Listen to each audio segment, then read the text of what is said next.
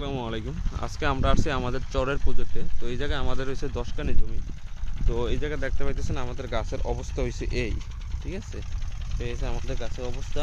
তো আজকে এই যে আবার বনের অতিরিক্ত বন হয়ে গেছে, সেই জন্য পাওয়ার টিলারের চার্জ দিয়ে দেওয়া হইতেছে, ঠিক আছে।